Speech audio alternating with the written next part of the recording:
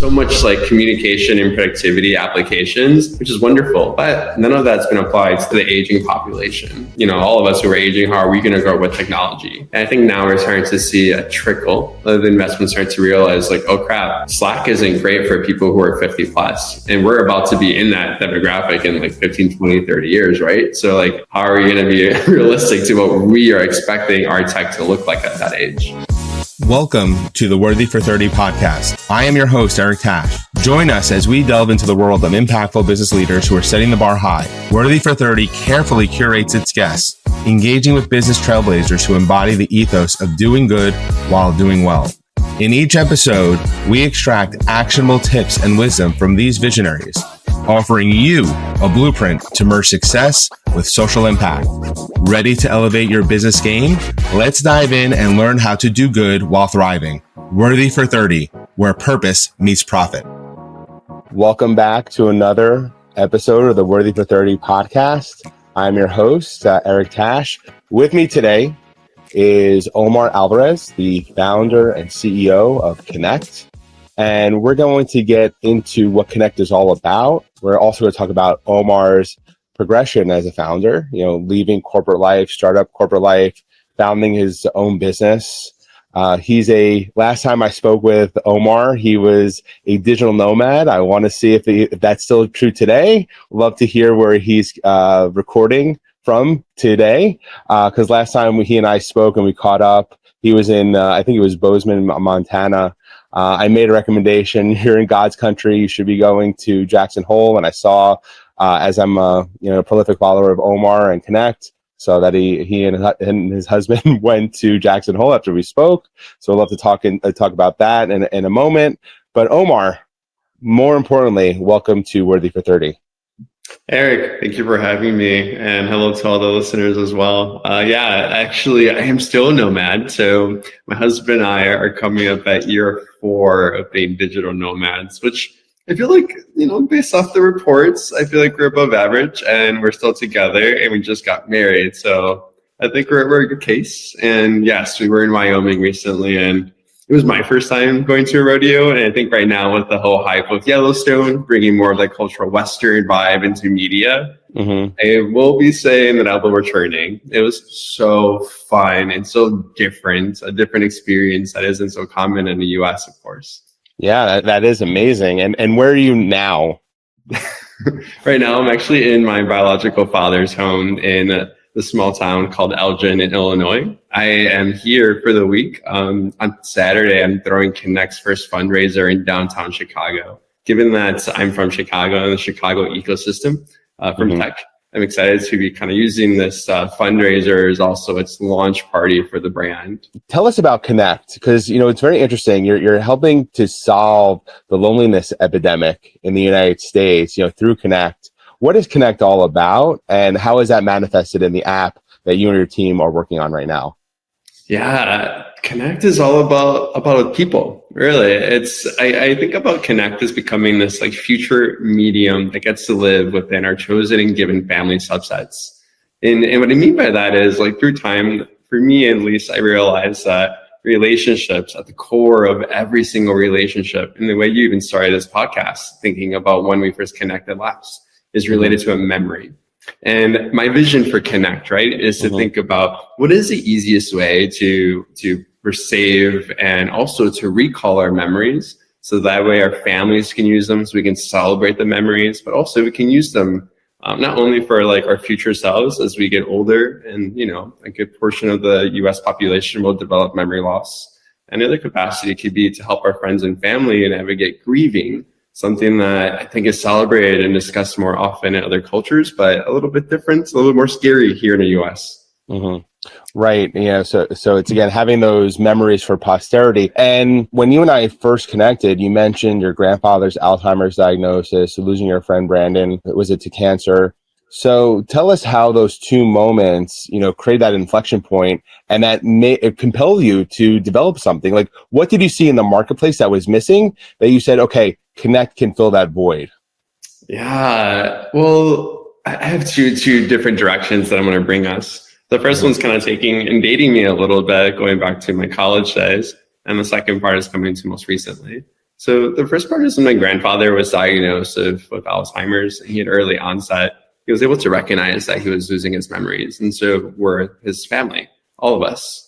And he asked us to go in and find something easy for him to store his memories, specifically the cultural wisdom that he holds and held of our Puerto Rican subsetting culture. Unfortunately, when he passed, all the memories with him also went. But for me, what was really a turning point for me as a human, as a young adult at that point, was going on the internet and spending time looking for something, thinking like, okay, everyone dies, and also everyone's part of a family. This has to be available, this product, this idea, this need. And unfortunately, the only product I did find was a way for someone to create a book, an independent book where they get subscribed to an annual subscription, and then they type for a year their life story. As beautiful as that is, it doesn't work for everyone who doesn't feel comfortable typing, especially for him who had arthritis in his hands from farming work. And then separately, when we think about accessibility for language, they were only providing services to English only. So unfortunately, my grandfather wasn't eligible for the service. This was in high school.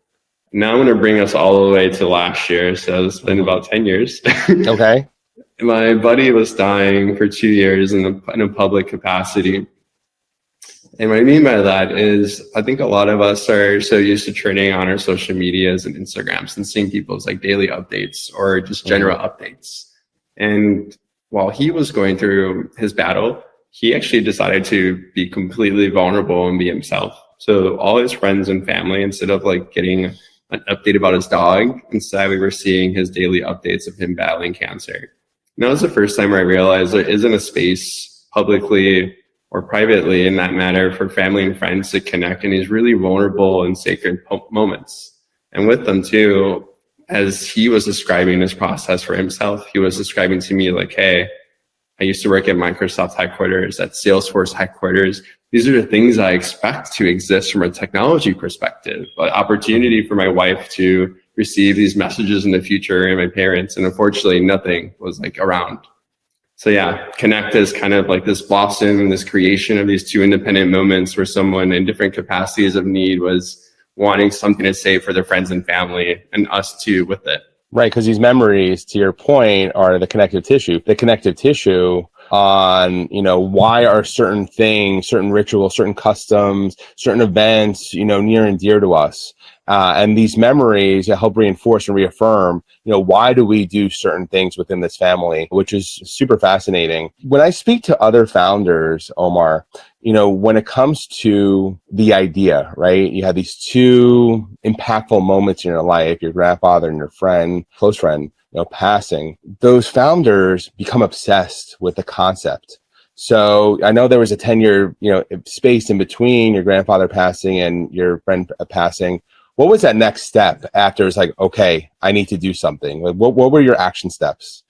Yeah, that's a good question. At that point of like going online and finding my current competitor is still the same competitor from 10 years ago, and realizing that I couldn't use their service because my family only spoke Spanish. And as a first generation Latino growing up in Chicago, which is a beautiful, diverse, multicultural city, I realized that I was going to become a founder. It was that moment of like, and excuse my language, but I was just like, fuck this. Like, are you kidding me?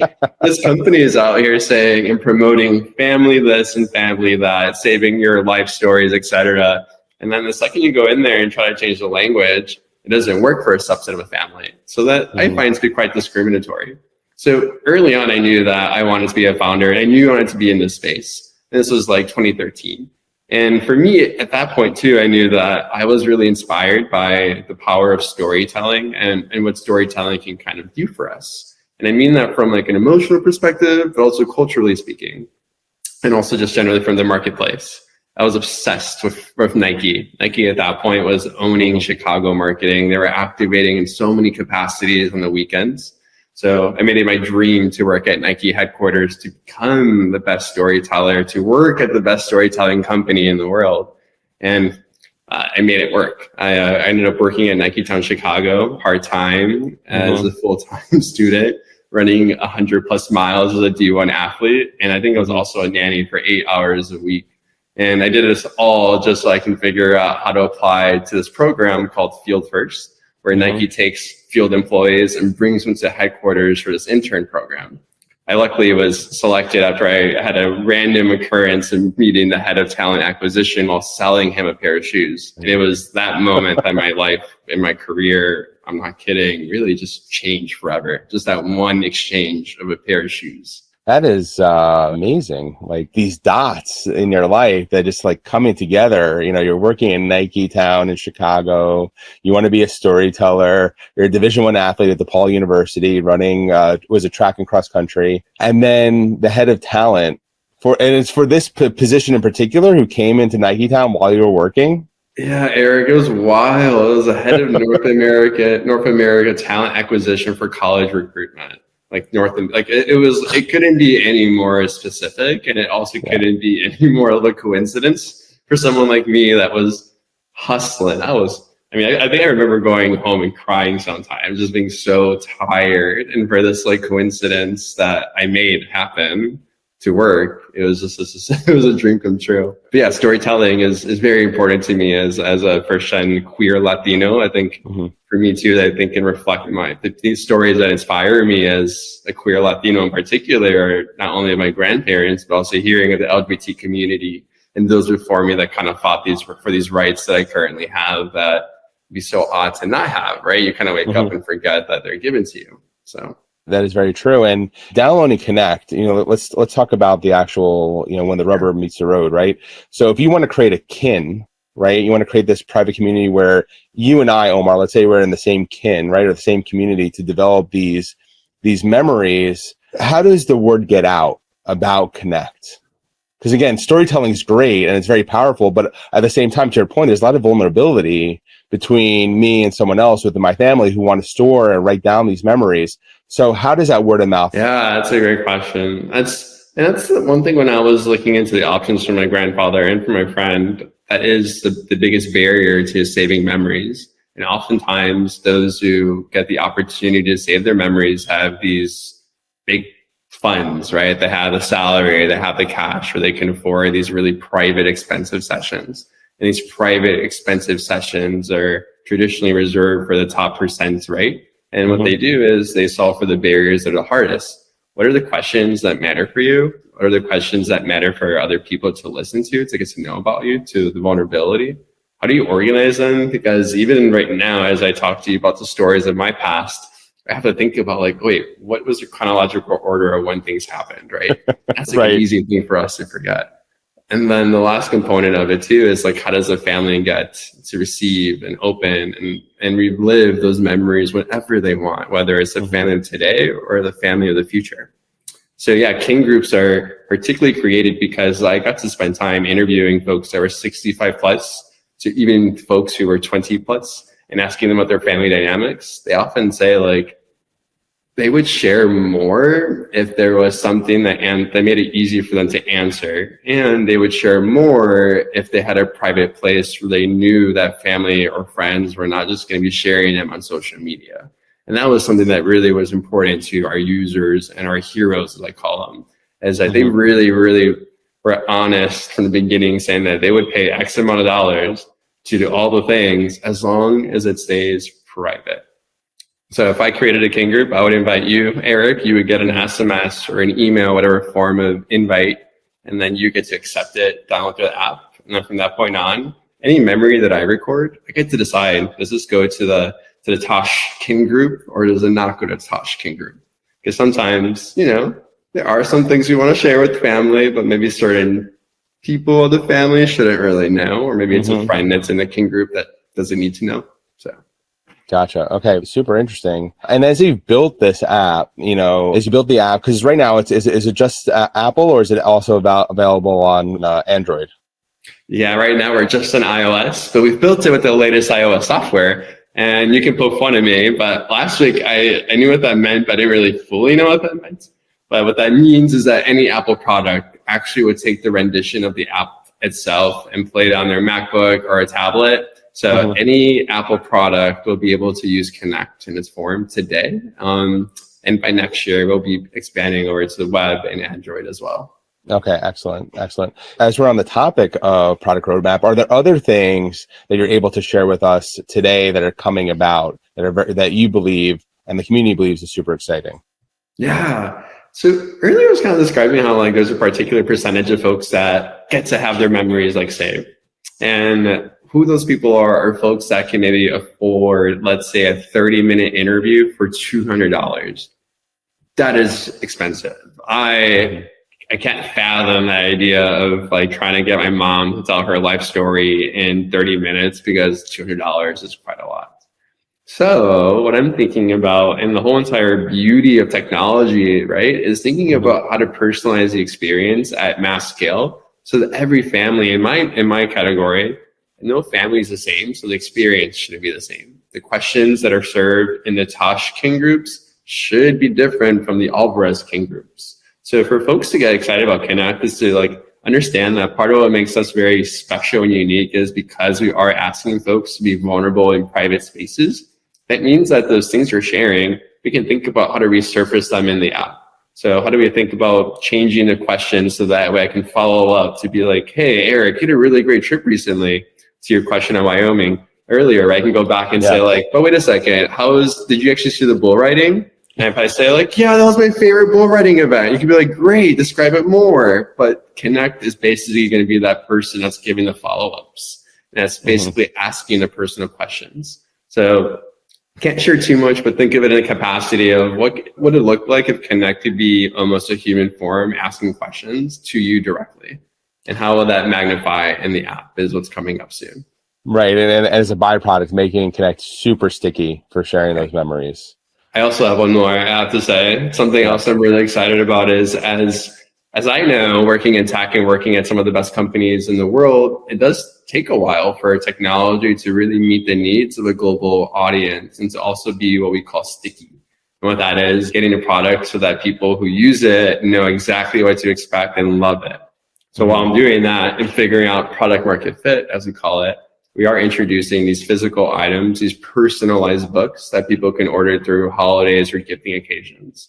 And what this does is for folks to see that I am creating this ecosystem of memories.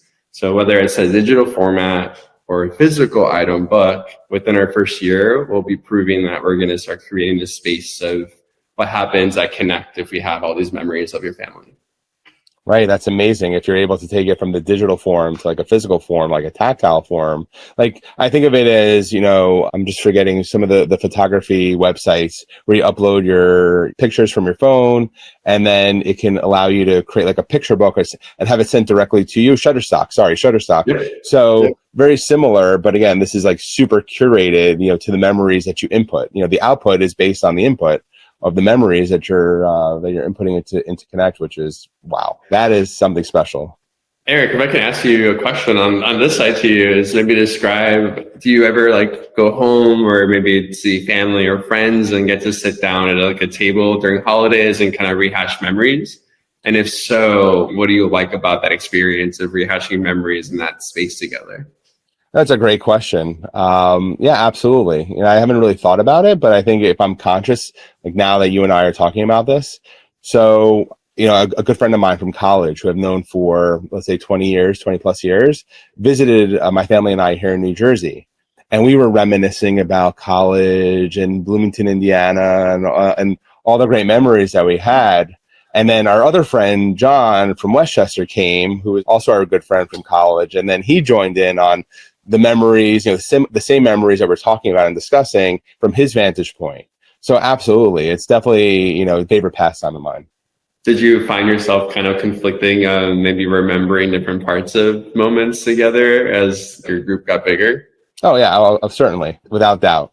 Well, that's something I'm excited as a feature coming up is that particular thing is how do you relive memories in a group way where everyone has a different memory of it? Especially those college years where, you're out late, you're drinking, but they're fun and they're core. So, yeah. Yeah, that is, that is very, very, very true. It's how are you storing these memories, especially, using college as the example. But as we're talking, Omar, the one thing, and you've been on the road for 4 years, finding new places to call home. have you been using Kinnect to store these memories that you and your husband have developed together? Oh my gosh, yeah, I have. And I've also been thinking about better ways to save memories. I think the cool thing right now is that technology is starting to finally hit the personal side. And what I mean by that is if we look at traditional venture capital investment and you look at criteria today, you tend to see more of the investment going into business to business. And for listeners today, what that means is a business offering a service or a product to another business to solve a need. Where a consumer product, like a direct to consumer, is me as Kinnect, I would like you, Eric, Tosh, and also the person listening to subscribe to Kinnect. And that's because I know that Kinnect would be great for your family. So it's very direct.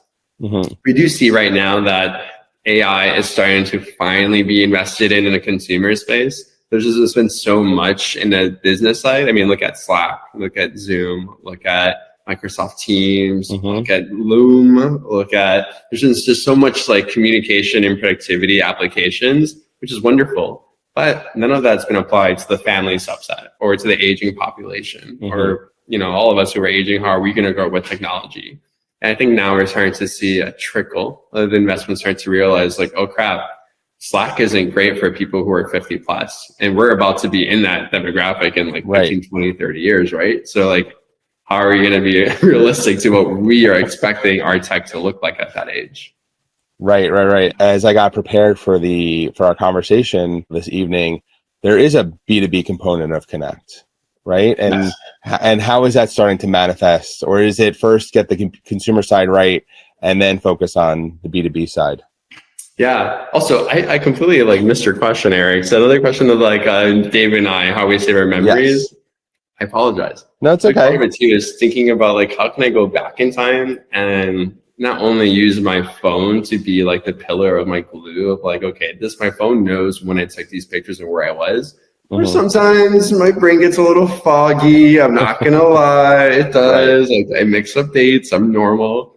But if the phone can go ahead and kind of pre-sort these thematics, these books, and then allow me and or people who were in these memories to join me in collecting stories or writing a narrative, that is part of what I'm excited to share with Kinnect, because that's what I've been thinking about with myself and my partner is how do I go back in time and pull out these moments and then add an audio to it, add a video to it. So that way, like my kids can understand like why these moments were so special, right? Because picture books are cool, but after a generation, they miss the audience, they miss the tunes, right? It's just missing it. So how to narrate and how to provide context as, again, your future generation, your kids are going to be watching like, oh, wow, this, Jackson Hole was so important or so amazing because we went to the rodeo for the first time.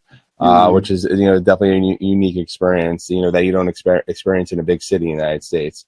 So no, that's, that is super interesting. So that's how you and your partner are using Kinnect in terms of the B2B build out. What is that starting to look like, or how is that starting to unfold?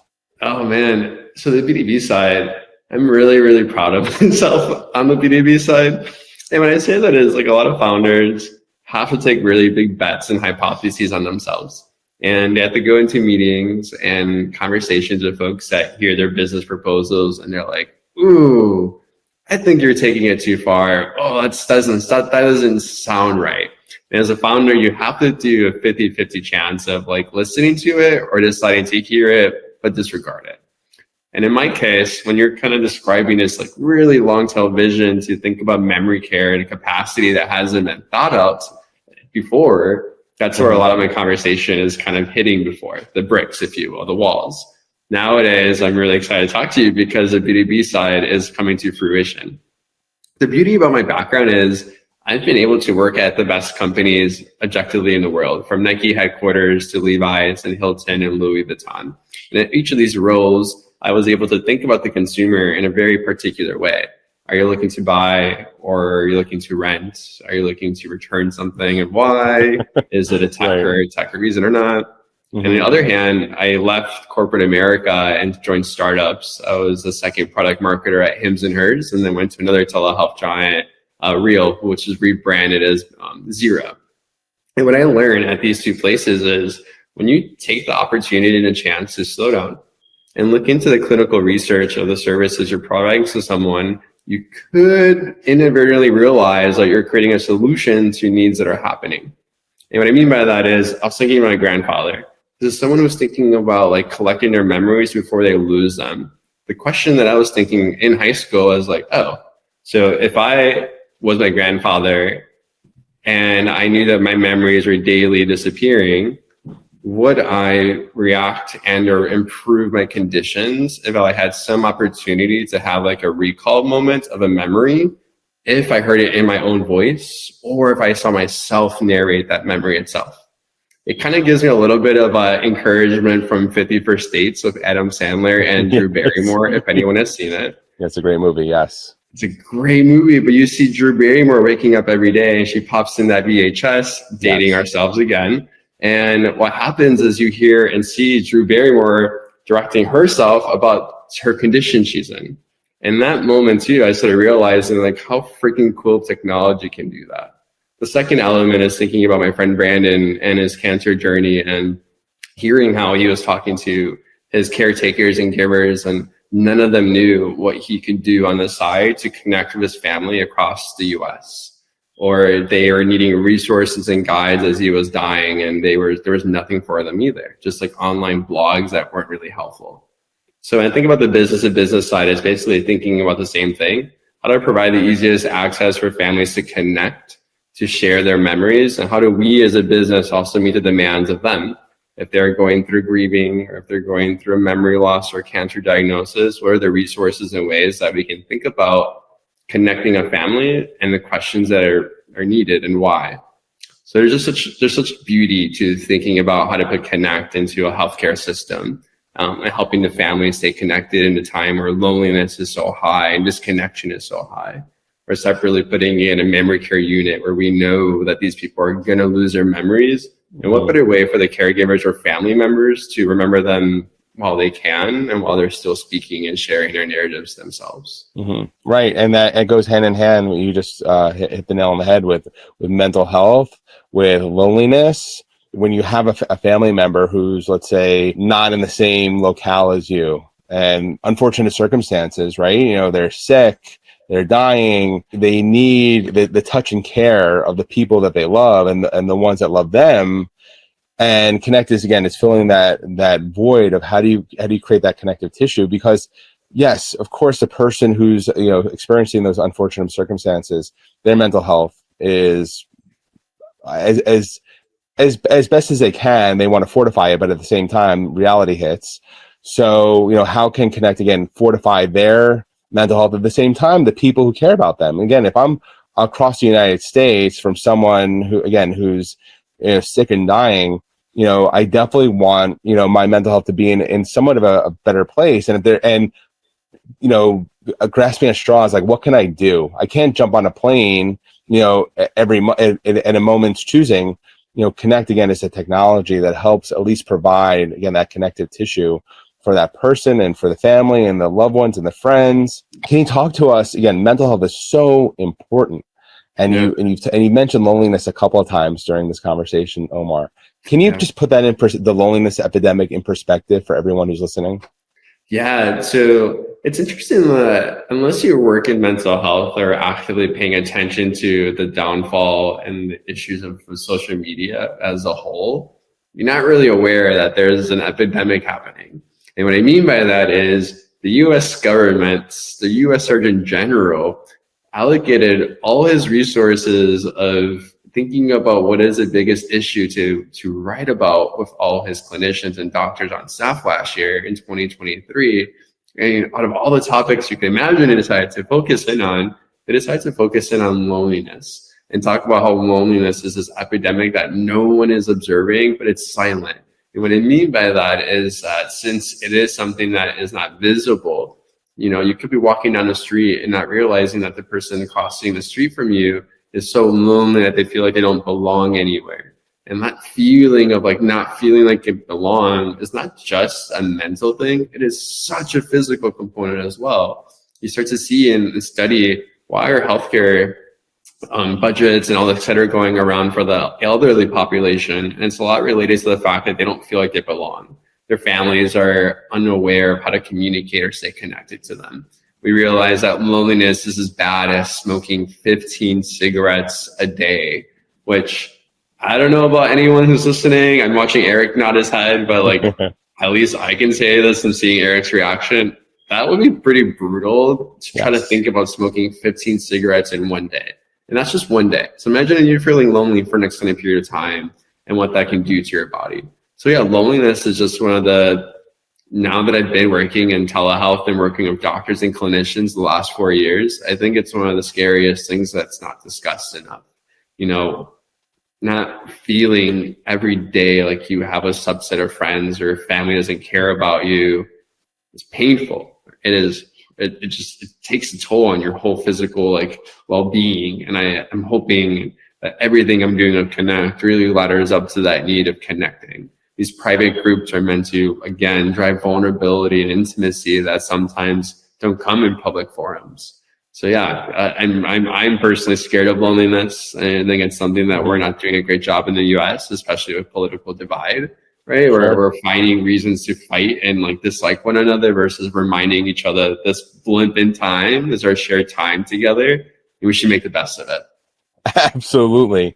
And I'm happy that we're having this conversation because of, you know, when this conversation is published, I definitely want to make it very apparent, you know, the loneliness epidemic, because you're right. It's the silent, you know, you hear it in drips and drabs, you know, you go on LinkedIn or you go on other social media platforms and, you know, there's a bit of an echo chamber. So there's certain people who are talking about it. But again, that's a very small subset of the overall population of the United States that really recognizes, acknowledges, and is talking about how do we combat or identify and combat this loneliness epidemic. So I'm very happy that you're bringing this up, and that one of the, you know, the many benefits of signing up and using Kinnect is helping to fight against this loneliness epidemic that's been exacerbated since the pandemic. You know, there was loneliness during the pandemic and before the pandemic, but it's really gotten worse ever since. You know, you have remote work and remote life, and, you know, again, you're separated, you know, more separated from people. So absolutely. I actually have one thing to like share with you for anyone like listening as well, as you think about these two lines hitting an intersection together on the left and the right. And right now we're seeing loneliness continue to increase year over year. So that's one line going straight up. And then clashing with that same line is looking at dementia and looking at how it's increasing as well year over year. And you have to wonder, when the largest population, which we're kind of part of, enters a year associated with dementia, which is 2050, at the same rate that we're seeing loneliness continue to rise, what's going to happen to society when you start to see a potential average of 40% of Americans be to 50% hit a dementia range? At the same time, 40 to 50% of Americans also feel lonely. I'm not here to say that a digital format of Kinnect is going to be the solve for loneliness. Absolutely not. And I definitely will never be that tech founder that says that. However, I think it's important to use this platform and forum to try to connect families for people like you mentioned who are digitally disconnected because of location or language or other barriers like accessibility. 100% it's something that I'm nervous about. Yeah, I think we should have way more conversation as a society about too. Yeah, absolutely. You know, the correlation is there. It's evident. You know, I'm doing this is like it's going to cross the two axes. So absolutely. So definitely it should be on everyone's radar. Omar, I want to end this conversation on a high note. This conversation has been great and we can talk forever. The fundraiser, the launch party. You're in Chicago, in the Chicagoland area. Tell us about it. Yeah, so I have a pretty fun story with this one. So I knew I wanted to throw a fundraiser as part of year one of Kinnect. And a big part of it is I don't really feel like I'm a traditional tech founder. If you get to know me, you'll realize that I'm queer and I'm gay. Already that puts me under 5% of venture supported founders. Separately, individually as a human, I'm going to Wyoming and going to a rodeo on my spare time, right? Mm-hmm. So when I think about Kinnect, I really also, when I think about how different it is from other tech companies, I wanted to have a charitable arm to always be thinking about giving. I mean, at the core of what I do is to find ways to make it easy for any user to save their human experience or memory. So my idea and my belief is that a portion of our proceeds and money should also go towards charity. So though we're in the pre-seed, early pre-revenue round right now, this is my first year of introducing and showing not only the connectors, but are also investors as well, to see that a big part of Kinnect is our yearly focuses on making sure the organization gives back. So this Saturday, a few of us on my team are going to come together and throw a fundraiser in Chicago where 100% of the proceeds go to this nonprofit that pairs cancer survivors with cancer fighters. And from there, I kind of help them with their lived experiences while they can.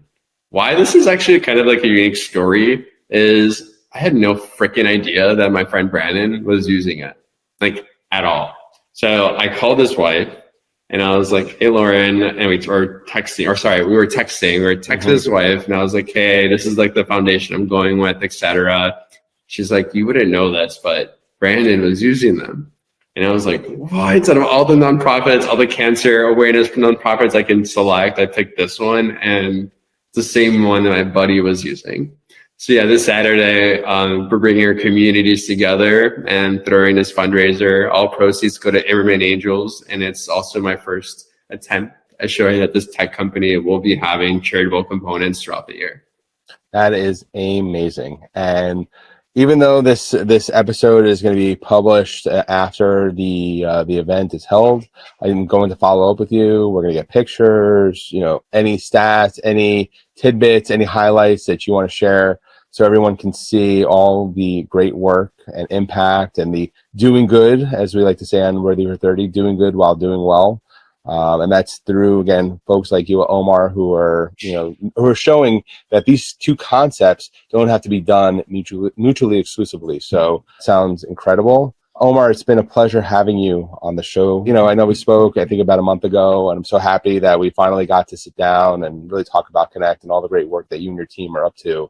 Really helping, anyone who wants to store these memories for posterity, these important memories, and not let them, go into the ether, really have a central database of all these wonderful memories between themselves, their loved ones, and to come and to connect, really, to reminisce. So really do appreciate all the wisdom and all the insight and all the great work that you're doing, Omar. Eric, thank you. And to listeners, thank you as well. Let us know if you have any questions. Omar@kinnect.club. Very easy email. Excellent. And I'm going to include all the links where you can find Omar and Kinnect if you do have any questions. And more importantly, go to the App Store to download the app. It's also 14 days free, so no reason not to give us a try. There you go. Thank you for joining this episode of the Worthy for 30 podcast. Stay tuned for more insights from impactful business leaders. Don't miss out. Follow us on all podcast platforms to catch every conversation.